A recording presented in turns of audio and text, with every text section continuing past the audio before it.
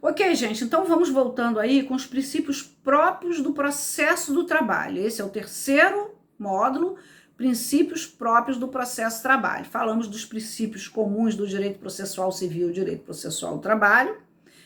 Fizemos aquela diferençazinha.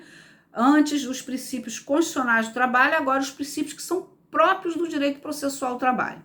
O primeiro deles é o princípio da proteção. Né? Vocês estão conseguindo, espero que vocês estejam conseguindo me ouvir bem. E o primeiro princípio é o princípio da proteção. Esse princípio da proteção, ele é um princípio próprio do direito do trabalho, mas que ele vai iluminar o direito processual do trabalho. Veja aí o artigo 9º da CLT, o artigo 899, parágrafo 4º da CLT. E como é que ele funciona? Ele funciona da seguinte forma. Vejam bem, quando o empregado vai para a justiça e diz assim, eu era gerente, mas a minha carteira estava assinada como vendedor, o contrário, eu era vendedor, a carteira estava assinada como gerente, eu nunca fui gerente, nunca tive poder de mando, o juiz vai investigar qual era a real situação dele e vai afastar a formalidade para dar o direito de acordo com a real situação. Então, isso aí é um princípio protetivo, que não adianta colocar na carteira de trabalho, ou no contrato de trabalho do empregado, que ele era gerente, que ele tinha cargo de confiança. Isso é irrelevante, porque o que importa é a primazia da realidade. E aí, o empregado diz assim, a empresa junta o cartão de ponto. O empregado diz assim, esse cartão de ponto para mim é irrelevante, porque eu bati o ponto e voltava para trabalhar. Hoje não é mais isso, né? Ponto é digital. Eu passava o dedo lá e voltava para trabalhar. E aí, se for um contrato de natureza civil, pacta sunt servanda, vale o que está escrito. Mas no direito do trabalho, o que vai vigorar? Vai vigorar o direito real. Aí o juiz vai investigar. Então, esse é um princípio protetor que vai influenciar no processo de trabalho, vai influenciar na prova. Tem súmulas 268, 338, que é exatamente a súmula que fala de controle de ponto. Dentro desse princípio da proteção, vai se desdobrar no princípio do indúbio pro mísero. Vamos supor que a prova esteja dividida. A testemunha da empresa diz que ele saía às 17 e a testemunha do reclamante diz que ele saía às 18. Quem que está com a verdade?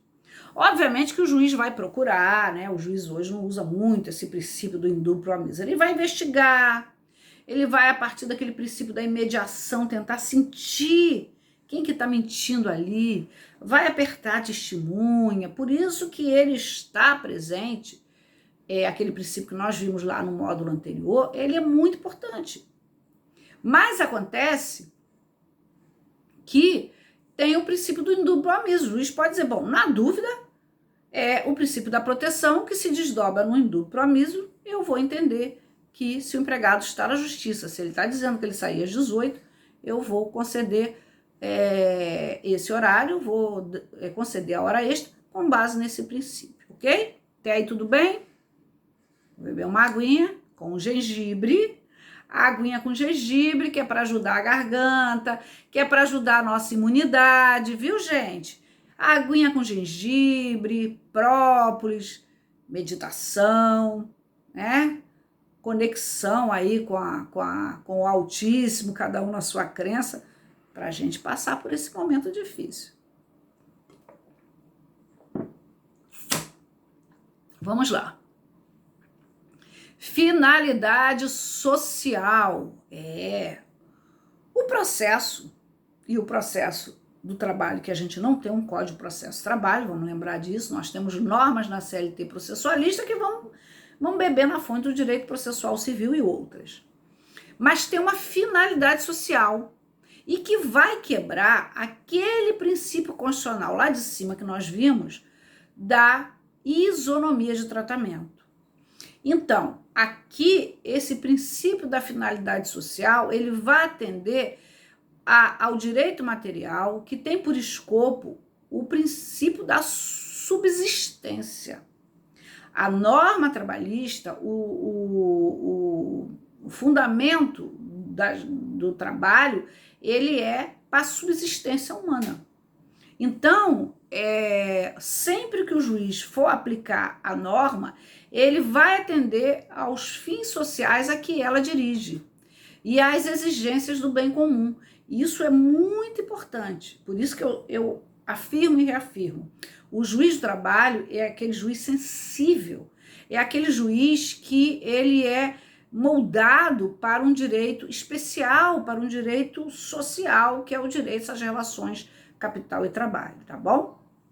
Então, a norma, ela vai sempre atender à finalidade social. E, com isso, ela abranda, mitiga o princípio da isonomia de tratamento. E aí eu volto a dizer, quando o réu não comparece à audiência e ele não tem nenhuma justificativa, nem se justifica, nem manda o advogado se justificar, a ação, ela no processo de trabalho, vai ser declarado rével, porque ele não apresentou defesa antes, então ele é rével com os efeitos da confissão. Mas se o empregado não comparece, ele, em razão dessa norma da finalidade social, que quebranta essa isonomia de tratamento, ele tem a oportunidade de entrar mais 2 vezes, entendeu? Arquiva-se a ação e não presume-se verdadeiro, e não ele é considerado ou rével, ou ele é considerado com presunção de verdadeiros os fatos. Não é isso que acontece. Ele, na verdade, processo arquivo, ele pode entrar de novo, vai pagar custas, honorários, se for o caso, e ele vai entrar novamente, ok? Bom, princípio da verdade real. Essa verdade real, ela é muito importante no direito processual ao trabalho. Sabe por quê? Eu costumo dizer, nas aulas de direito material, na graduação, que o direito do trabalho, gente, não é jogo de bicho. Quem for meu aluno sabe disso. Não é jogo de bicho. Não vale o que está escrito. E não vale o pactuado. Mas o que vale, na verdade, é o que está por trás desse pactuado. E esse princípio protetor, que se irradia em toda a CLT, a gente vai ver lá no artigo 468, 469, que fala da inalterabilidade do contrato de trabalho, toda a norma, porque o direito do trabalho ele é um direito privado com ingerência de ordem pública. Então não adianta o empregado dizer assim, mas eu quero vender minhas férias, e o empregador dizer assim, e eu quero comprar, porque não pode.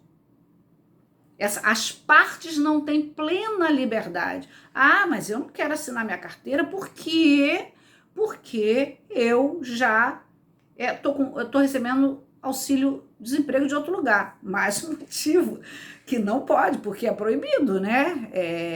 Ele está recebendo duplamente, ele vai ter que devolver.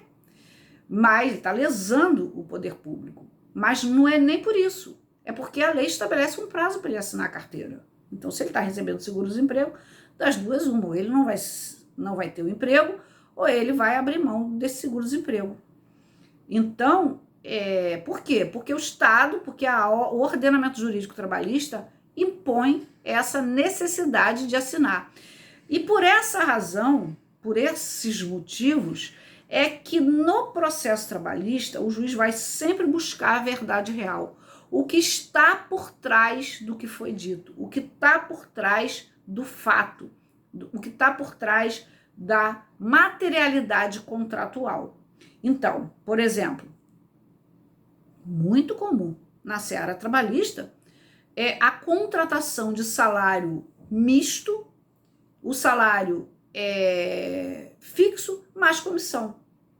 Muito comum, gente, em algumas regiões, em alguns locais, em algumas cidades, em algumas lojas, pagar a gorjeta por fora, pagar a comissão por fora. Só que aí, vamos para um caso concreto. O empregado trabalha num comércio, numa loja poderosa, que ele no verão, por exemplo, ele triplica o salário dele. Ele tem na carteira R$ 2.000, vamos supor, R$ 1.500, mais ou menos o piso, às vezes, da categoria de alguns lugares, mas que em certos meses ele ganha R$ 6.000. Ele é muito atraído na contratação pela comissão, pela produção dele pessoal, pelo empenho dele pessoal. E a carteira está assinada só como 1.500. As férias sobre 1.500, o fundo de garantia sobre 1.500. Quando ele tem um acidente de trabalho e fica afastado, R$ 1.500. Bom, esse empregado, quando é dispensado, enquanto ele está ganhando, tudo bem, ele não vai questionar. Mas quando ele é dispensado, ele vai para a justiça e vai reclamar disso. Ele vai dizer, mas espera aí, 5 anos que eu tirei férias sobre 1.500. Ah, não, eu quero sobre 6.000. A média, vamos botar aqui, uma média de 5.000. Ah, meu aviso prévio foi ser 1.500, não, eu quero sobre 5.000, pela média, né, de um mês pelo outro. Meu fundo de garantia, olha a lesão que eu tenho no fundo de garantia. Porque fundo de garantia sobre 6.000, 6 vezes 5, 30. Sobre R$ 1.500, vai dar aí o quê? R$ 9.000. Então, olha a diferença. Ele vai para a justiça quando ele fica numa condição de desempregado, faz esses pedidos e o juiz vai dizer assim, mas o juiz do trabalho não vai dizer, mas você contratou 1.500, mas a sua carteira está 1.500, seu recibo formal está 1.500, né? Então, o que vai acontecer? Vocês estão acompanhando bem, gente? Espero que vocês estejam acompanhando bem, ok? Me dê esse feedback. E aí, o que o juiz vai dizer? O juiz vai dizer assim, o senhor está errado, o senhor está fazendo o que na justiça? Se o senhor contratou 1.500, se assinou um recibo de 1.500, se você assinou uma férias de 1.500, se você recebeu da Previdência os 5 meses que ficou afastado de 1.500, está fazendo o quê? Isso na justiça comum seria plausível. Pacta sunt servanda, mas na justiça do trabalho, não. Porque o princípio da proteção, ele vai se espraiar no direito processual do trabalho para a busca dessa verdade real, porque vem do princípio da primazia da realidade, previsto lá no artigo 9º, né? E também combinando-se com o artigo 765 da CLT. E aí o juiz vai ultrapassar a formalidade e vai buscar essa verdade real por trás. Ele vai utilizar, né, das provas que as partes vão produzir, ou melhor dizendo, as partes vão produzir essa prova, e aí é fato constitutivo do direito do autor. Nessa dinâmica aí da distribuição da prova, já era isso. O juiz pode até inverter, mas vai ser difícil a empresa, porque a empresa vai dizer, ela vai juntar os recibos, vai juntar os recibos de férias, vai juntar aquela formalidade, vai juntar cortado de carteira, ela vai dizer, eu não tenho nada além disso. Mas é claro que ela tem, né, gente? A gente sabe disso. Nós somos advogados experientes. O que ela tem? Ela tem aquele recibo aquele recibo que não é formal, que é no outro padrão. Ela tem o outro recibo de férias, ela tem, às vezes, cadernos, anotações domésticas de quanto aquele empregado vendeu naquele mês. Eu pego muito caso de que eu junto essas anotações domésticas, o nome é esse mesmo, e que o empregado, ele tira cópia, né, daquele caderno que ele assina, às vezes, no final do dia, no final da semana, no final do mês, que o gerente assina, que o gerente vai mostrar para ele, ó, aqui você vendeu isso, isso e isso, ou então tem no computador mesmo, as empresas mais organizadas.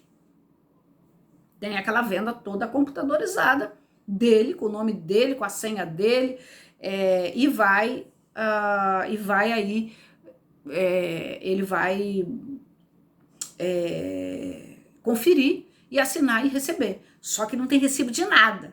Ele malandramente, a empresa deu uma bobeira, ele vai lá e tira uma foto. Eu já usei várias vezes isso. Por quê?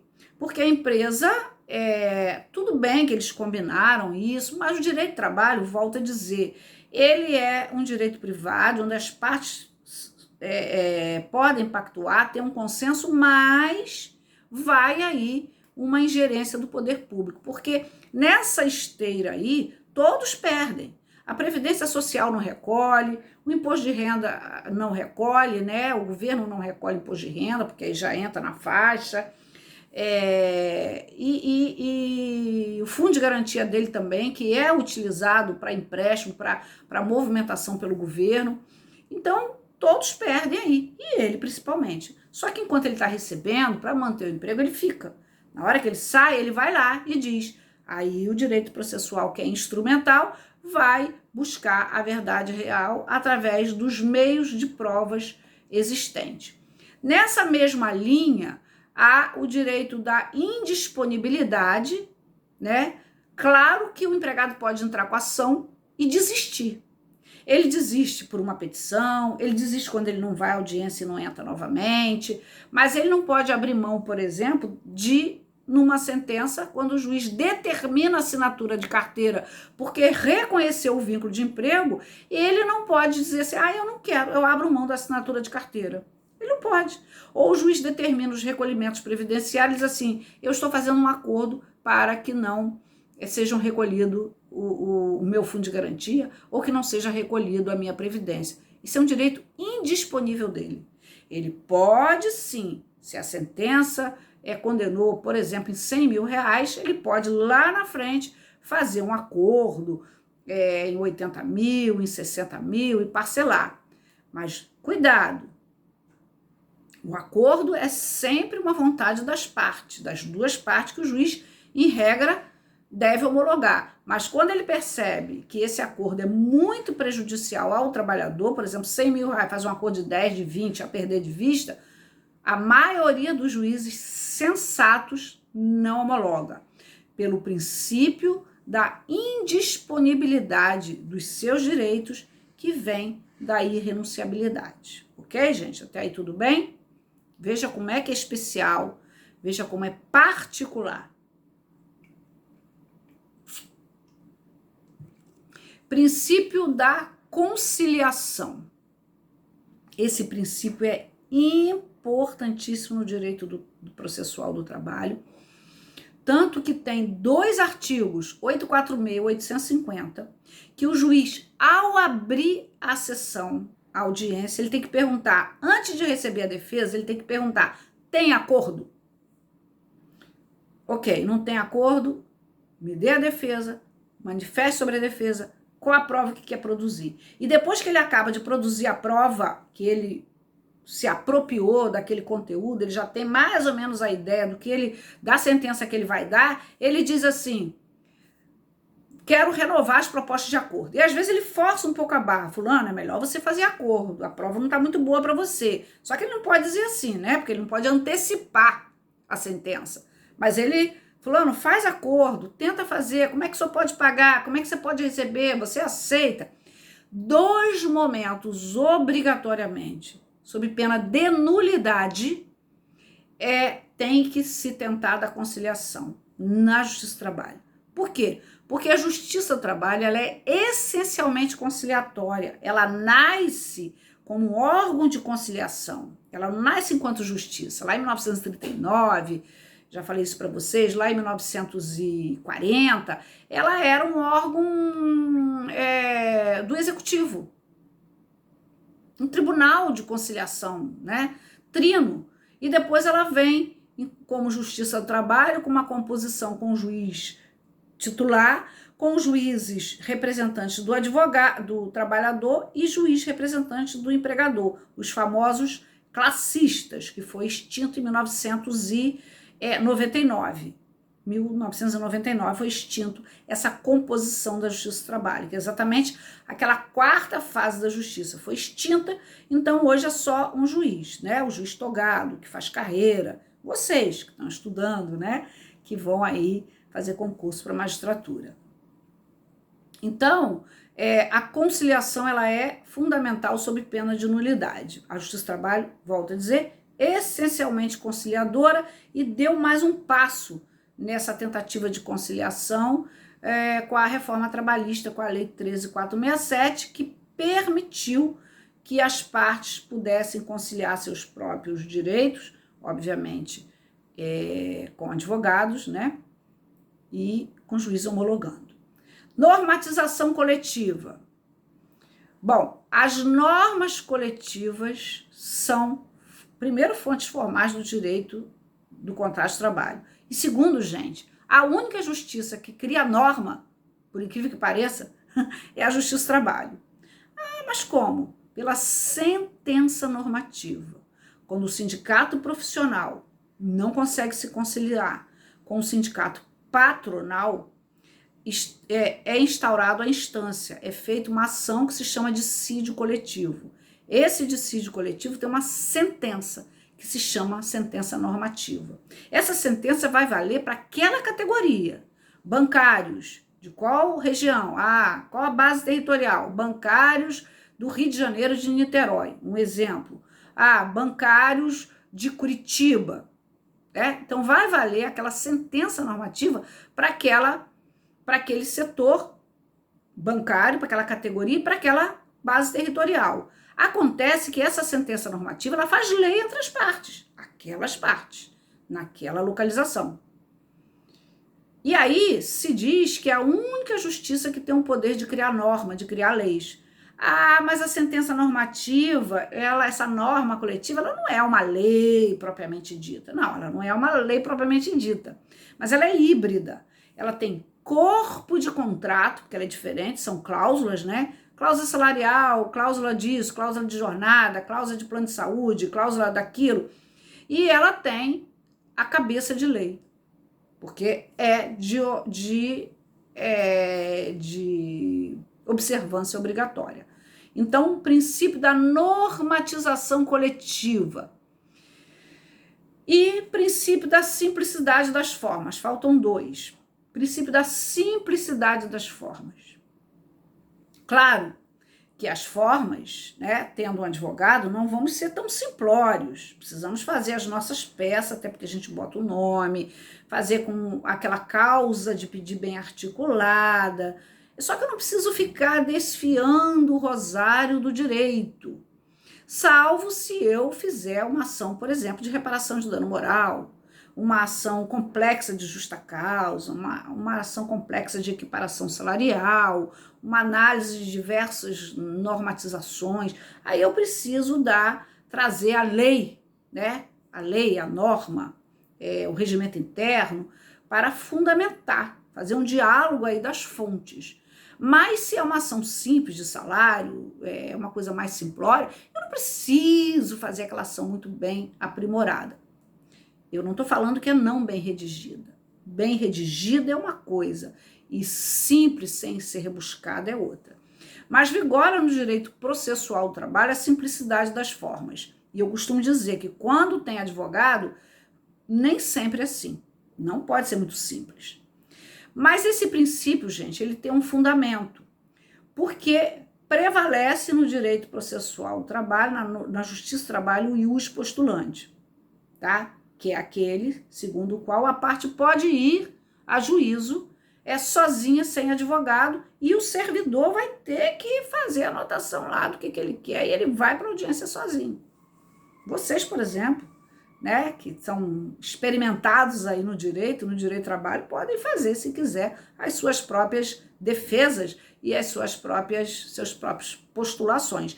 Agora, eu acho muito arriscado. Eu costumo dizer que eu jamais aconselharia. Eu acho que cada macaco no seu galho. Quem tem direito de trabalho é advogado trabalhista, né? Então, deve deixar para o profissional aí fazer a defesa e fazer a petição inicial.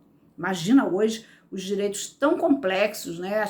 A complexidade hoje das relações aí enfim, muita coisa para se discutir, muita novidade, e fazer um ius postulante somente uma pessoa que ainda nem estudou direito e que acha que sabe tudo.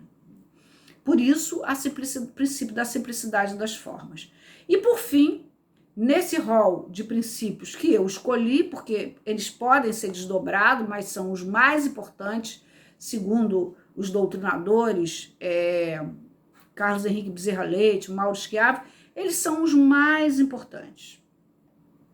E, por fim, o princípio da irrecorribilidade das decisões interlocutórias. Gente, na justiça do trabalho, só em 3 hipóteses assim, muito extremas, que prevista na súmula 214, que eu teria que abrir aqui para dizer quais são, mas são assim de decisões no tribunal, decisões de pleno, decisões... tem que ler a súmula para saber exatamente quais as hipóteses. Mas as decisões interlocutórias comuns, Indefiro a oitiva de testemunha. Indefiro a prova pericial. Traga à parte a sua testemunha independente de intimação. Declaro precluso o direito de manifestação. Essas decisões interlocutórias, quer seja na fase de conhecimento, quer seja no processo de execução, que vamos lembrar que no direito processual do trabalho continua sendo, não uma fase, mas continua sendo um processo autônomo, a execução, embora no mesmo segmento, elas não desafiam o recurso de imediato. Mas, Benizete, o que eu vou fazer se eu estiver sentado numa mesa da audiência, eu pedir a oitiva da minha segunda ou da minha terceira testemunha e o juiz disser assim, não precisa porque eu já estou satisfeito. Isso acontece, né, gente? Acontece muito. O que eu faço? Eu acho que a testemunha não produziu uma prova satisfatória para mim. O que eu faço? Bom, o que vocês fazem?